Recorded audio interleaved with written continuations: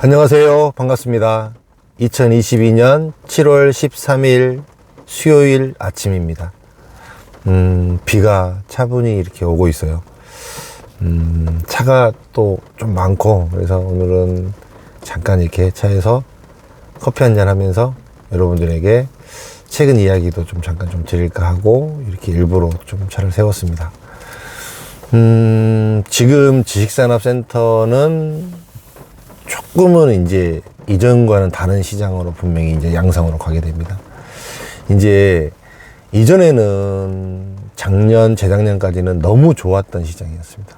너무 분양도 잘 됐고 핫했던 시장인데, 지금은 새로 신규로 나오는 물량들도 많지 않고, 또 시장도 많이 위축이 됐고, 투자자들도 이제는 지식산업센터에 대해서 조금 객관적으로 볼 수 있는 약간의 조금 이렇게 여유가 있는 이런 현재 시장인 것 같아요. 이런 상태에서 가장 크게 나타나는 부분들은 뭐냐면, 이제 바로 직전까지 너무 좋았잖아요. 그 다음에 지금 갑자기 너무 이렇게 분위기가 다운되고 있는 시점이잖아요. 이게 너무 좋은 시점과 너무 안 좋은 시점이 갑자기 공존해버리는 시장이 돼버렸습니다. 이런 시장에서 투자자들의 포지션, 그 다음에 이런 시장에서는 어디가 돈이 될지, 이런 부분, 이렇게 한번 보시면 조금 여러분들이 조금 귀담아 들으실 만한 얘기들이 좀 있을 것 같아요. 최근에 보면 제가 이제 유튜브를 시작한 지가 지금 7월 13일이니까 8월 6일이었습니다. 3년 전 2019년 8월 6일 날 제가 제 유튜브를 처음 시작했습니다. 그래서 횟수로는 지금 4년이고 만 3년이 이제 8월 달이 되면 만 3년이 되는 거거든요. 그때 초창기에 이제 유튜브를 했을 때 가장 많이 저에게 물어봤던 질문들 중에 하나가, 이 분양을 조금 잘못 받았는데 이거를 어떻게 해야 되나요? 어떻게 해결해야 되나요? 계약 해지가 되나요? 뭐 이런 내용들이 되게 많았습니다. 근데 지금 이제 시점이 이제 조금 그런 부분에 대해서 고민하시는 분들이 또 조금 늘어가고 있는 이런 상황이거든요. 이제 그 시기별로 들어온 사람들에 따라서 수준이 다 다르고, 시기별로 들어온 그 진입했던 시기에 따라서 돈을 많이 벌고 조금 벌고, 그 다음에 힘들어 있고 아니면은 앞으로 힘들고, 이런 거가 정해져 있는 시장이거든요. 그러니까 지금 상태에서 봤을 때 이제 앞으로는 굉장히 주목해 봐야 될 부분이 뭐냐면, 시장이 실질적으로 분양 물건이 이렇게 열었습니다. 분양을 시작한다고 했습니다. 그러면 분양을 시작한다고 했는데 그 현장이 분양이 잘 되는지 안 되는지 부분을 면밀히 봐야 됩니다. 이게 그 시장 전체에 미치는 영향이 굉장히 커요. 여러분들은 그거를 이렇게 단순하게 투자하시는 부분들이라서 잘 모르실 수 있겠지만, 이 현업에 있고 분양을 하는 사람이고 또 이쪽 업에서 전체적으로 돌아가는 동향을 보는 사람 입장에서는, 쉽게 얘기하면 미분양이 나오는 상태에서는 기존에 아무리 좋은 물건들도 힘을 못 쓰는 개념이에요. 한마디로 모든 물건들이 나오기 시작해서 분양이 완판 이렇게 갔어요. 그러면 다 정리가 됐잖아요. 근데 새로 만약에 완판 하고 가 있는데 계속 갔기 때문에 기존에 가격 경쟁력이 있고 스펙이 좋은 것들이 완판이 됐기 때문에 기존 가격이 싼 것들이 프리미엄을 받을 수 있고 재가치를 받을 수 있는 이런 구조가 되는데, 이게 이제 완판하고 가다가 미분양이 이렇게 만약에 나온다고 쳐요. 그러면 이제 새로 사는 사람 입장을 생각을 해보세요.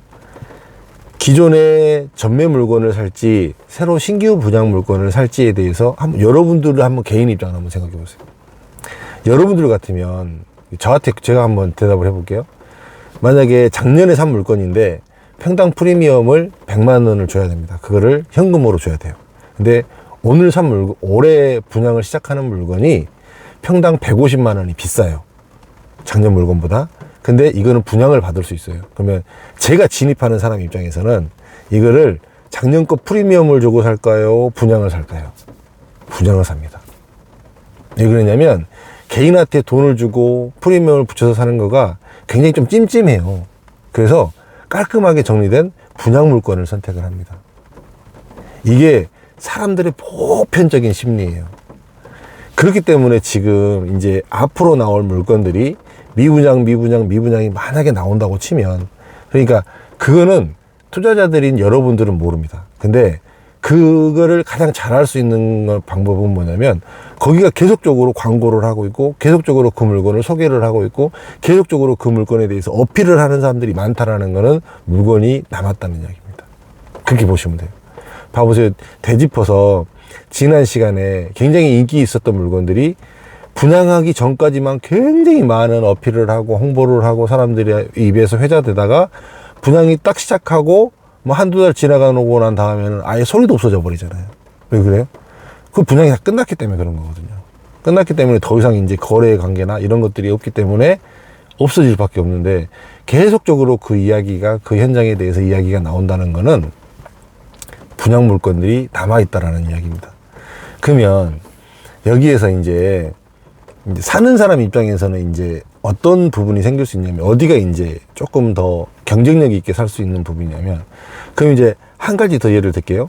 작년에 산 물건이 평당 프리미엄이 100만 원이고 올해 분양을 나온 물건이 150만 원이 더 비싸요. 근데 올해는 분양이고 작년은 전매 물건을 사야 됩니다.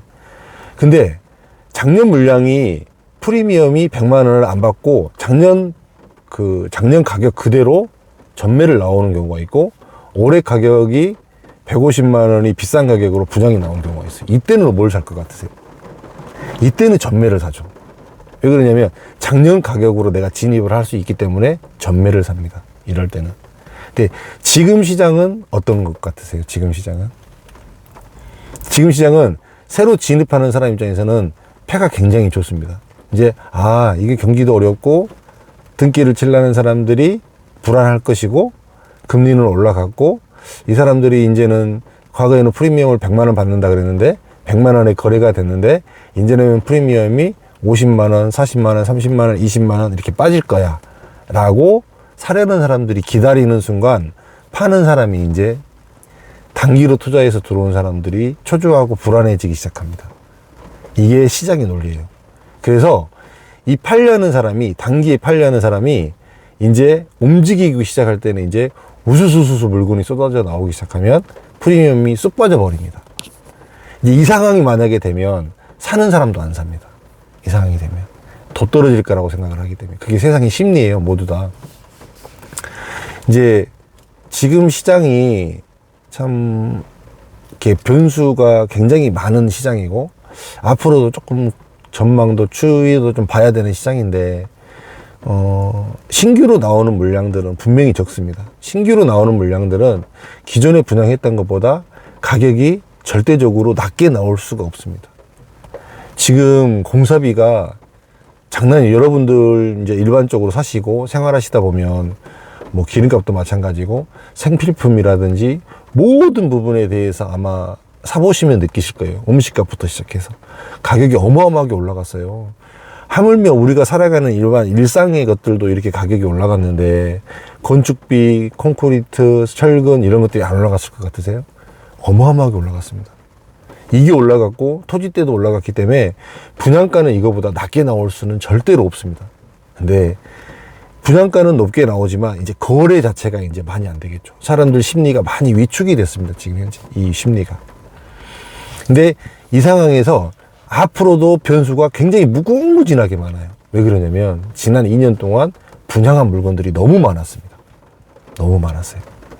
너무 많은 물건을 분양을 했고, 너무 많은 사람들이, 투자자가 이 물건을 샀기 때문에 앞으로 시장에서 변수가 굉장히 많다는 거예요. 그 다음에 너무 많은 투자자가 개인이 갖고 있기 때문에 문제가, 변수가 굉장히 많습니다. 이제 어떤 상황이 생기냐면, 투자자 개인은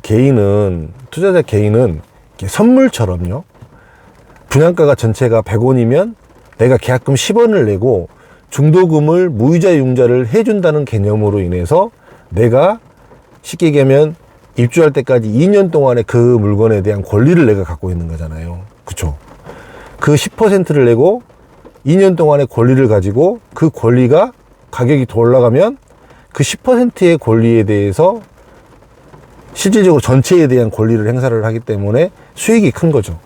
수익이. 근데 이게 이제 상황이 만약에 어려워져서 이 투자자들이 개인이 10%를 냈지만 중도금은 무이자 융자 대출을 받았습니다. 대부분의 사람들이 착각하는 게 뭐냐면 이 중도금을 무이자 융자로 대출을 받았으면 이게 그냥 해주는 거라고 생각하거든요. 그렇지 않아요. 여러분들 중도금 할 때 다 은행 가서 자서하지 않았나요? 내 신용을 내가 자서를 했어. 내가 사인했습니다. 내가 돈 낸 거하고 똑같아요. 단 시행사가 이자만 지원을 해줄 뿐이지 그거를 내가 사인을 해서 내가 대출을 일으켰다라는 거예요. 근데 이거를 그냥 공짜로 가져갔다라고 생각을 하면 안 됩니다. 이게 이제 좋은 시절에는 이 중도금이 레버리지가 될 수가 있는데 상황이 안 좋게 되면 이 중도금을 결과적으로 맨 마지막에 가서 내가 상환을 해야 돼요. 내가. 그러면 나는 돈이 10원밖에 안 들어간 상태이기 때문에 만약에 내 물건을 정리를 하려고 했을 때 내가 최대선으로 물러날 수 있는 선은 10%밖에 안 됩니다. 여기서 조금 이제 이 바닥에서 조금 더 고난이도 이야기 해드릴게요. 이제 분양을 시작을 했는데 이 분양을 물건이 있으면 이 물건들이 쉽게 얘기하면 분양이 안 되면 금융권에서 돈을 빌려갖고 이 사업을 하잖아요. 그러면 이 금융권에서는 분양이 안 되면 어떻게 하는지 아세요? 할인 분양을 강제로 시킵니다. 할인 분양을 강제로. 근데 이 할인 분양을 강제로 시키는 이 할인 분양률이 10%가 넘어가 버리는 경우도 생길 수가 있어요. 그러면 내 돈이 10%밖에 안 들어간 상태에서 10% 넘게 할인 분양을 하는 물건이 만약에 나오는 경우가 생긴다고 치면 내 물건은 팔릴까요? 안 팔릴까요? 안 팔립니다. 이게 굉장히 많이 큰 변수로 작용할 수 있습니다. 여러분들한테는, 일반 분들한테는 굉장히 어려운 얘기일 수 있어요. 근데 저는 사실은 이 틈에서 돈을 굉장히 많이 벌어본 사람이거든요. 이 틈에서. 저는 여기 이 접점이 이제 이 접점에서 해결해 줄 수 있는 힘이면 굉장히 돈이 되는 거거든요. 저는 여기서 리먼이 끝나고 나서 전체 미부장이 났을 때 그때 돈을 벌었고, 그 다음에 여러분들은 잘 모르시겠지만 가장 최근에 2020년도에도 이렇게 여러분들 본격적으로 투자자들이 들어오기 이전에 이렇게 시장이 잠깐 어려웠을 때 그때도 이렇게 상황이 있었습니다. 그때 제가 돈을 벌었고. 근데 앞으로도 또 이제 그런 흐름으로 갈 수도 있다라는 거죠. 이거를 참 이게 투자자들 입장에서 이제 제가 오랫동안 이렇게 유튜브를 해보더라도 제가 이렇게 느끼고 현장에서 보라보는 이런 민감하고 이런 내용들을 일반 투자자들은 모르는 것 같아요. 지금 상태에서 여러분들이요, 가장 사실은 조심해야 될 게 영업사원들입니다. 여러분들에게 물건을 파는 사람들을 가장 조심해야 됩니다. 이분들은 패를 다 지고 있습니다. 매도인, 매수인 패를 다 지고 있어요. 매도인의 니즈, 매수인의 니즈를 다 알고 있습니다. 이게 굉장히 무서운 얘기예요, 여러분들. 매도인이 저 사람이 굉장히 지금 급해. 지금 이걸 팔아야 돼. 그러면 더 급하게 만들고 더 상황을 악화시켜서 이 사람들이 더 많은 것을 포기시키게 만듭니다. 매도인한테는. 매수인한테는 이 정도면 굉장히 좋다라고, 이 정도면 충분히 경쟁력 있는 물건이라고 사게 만듭니다. 매도인과 매수인의 이 사이가 이 간극을 만들어서 그 중간에서 돈을 먹는 게 사실은 중간에 영업사원이고, 중간에서 이렇게 부동산이나 이런 사람들이 하는 일이거든요. 근데 여기 중간에 사실은 일반 사람들이 대부분 잘 모르죠, 이거를. 이 부분이 참 지금 이제 앞으로는 이거에 대해서 굉장히 많이 이런 부분들이 나타날 시기입니다, 앞으로. 그 부분에 대해서는, 이제 심리가 이제 어떻게 꺾이느냐, 이런 부분들에 따라서 분명히 많은 변수가 나타날 겁니다. 좀 쉽게 좀 이야기를 좀 해드리려고 하는데, 쉽게 이야기는 좀 잘 안 되는 것 같습니다. 조금 예전부터 이렇게 제 이야기를 드렸던 분들은 이제 좀 어느 정도 이렇게 이해가 될 수도 있으니까 그런 부분으로 생각을 하시고, 여러분들이 조금 이런 시장은 참 재밌는 시장이 될 수도 있고, 의외로 또 투자하지 않은 사람들에게는 기회도 될 수 있고, 그 다음에 이런 시장이 아직 진입하지 않은 사람들에게는 굉장히 큰 기회도 될 수 있고, 그 다음에 기존에 이제 진입을 해서 정리를 하는 사람들은 이 정리 타이밍을 잡는 것도 굉장히 사실은 중요합니다. 이게 많은 사람들이 움직이는 시기에 정리를 하려고 보면 답은 없어요. 이게 나는 이거를 사서 처음부터 임대사업을 가야겠다, 등기를 치고 가야겠다라고 마음 먹은 사람이면 그냥 편하게 가십시오. 상관없습니다. 끝까지 그냥 지키고 가고 뭐 어느 정도가 되면 또 회복이 될 거니까 그렇게 지키고 가도 되는데, 이거를 단기에 프리미엄을 받고 빠지려고 그랬는데 지금 프리미엄이 좀 빠지고 있는 이런 시점이다. 근데 나는 이걸 언제 팔아야 될까? 이거를 뭐 준공 때까지 끌고 가야 될까? 지금 팔아야 될까? 요거를 판단하는 사람들 입장에서는 지금 타이밍을 좀 잘 잡아야 될 시기입니다. 근데 그거는 이제 여러분들이 느끼긴 쉽지 않습니다. 그리고 진짜 제가 봤을 때 여러분들은 현업에 없는 사람들이기 때문에 그걸 느낄 수가 없고, 굉장히 많은 영업사원들이 이렇게 쉽게 얘기하면 이렇게 잘못된 정보를 호도를 합니다. 근데 여러분들이 그게 넘어갑니다. 그리고 이제 손해를 볼 수도 있을 것이고, 거의 대부분 세상은 또 그런 사람들에 의해서 또 그 사람들이 또 돈을 벌고 이런 세상으로 갈 수도 있습니다. 좀 어렵죠, 오늘. 조금 제가 말을 하고 있지만 저도 조금 어려운 것 같아요. 좀 어려운데 이제 뭐 조금 감각적으로 들으실 분들만 좀 들으시고, 조금 그런 시장에 대한 대비, 준비 이런 것도 조금 해보는 것도 저는 개인적으로 나쁘지 않다고 보거든요. 조금 시장이 좀 천천히 갈 것 같습니다. 네, 확실히 조금 전체적으로 흐름 자체가 조금 더디게 가긴 하지만, 그래도 이제 많은 사람들이 느끼는 이런 금리적인 부분들, 그 다음에 이제 수익이 안 나오는 부분들에 대한 염려들처럼 이렇게 조금은 이렇게 많은 사람들이 요 기회를 통해서 지식산업재 시장이 조금 정돈되지 않을까라는 이런 생각이 저는 개인적으로 듭니다. 오늘 비가 오는 날인데요. 차가 너무 또 많을 것 같고 그런데 어딜 이동하다가 해야 되는데 조금 한번 저도 이제 이동해 보겠습니다. 건강한 날 되시고 운전 조심하시고 행복한 날 되시기 바라겠습니다. 고맙습니다. 그리고 구독도 눌러주시고 좋아요도 눌러주시고, 그 다음에 좀 뭐 댓글도 좀 남겨주시면 요즘에 틈틈이 또 시간 조금 될 때마다 답글 달아드리니까요. 댓글도 좀 달아주시고 해주시면 고맙겠습니다. 고맙습니다.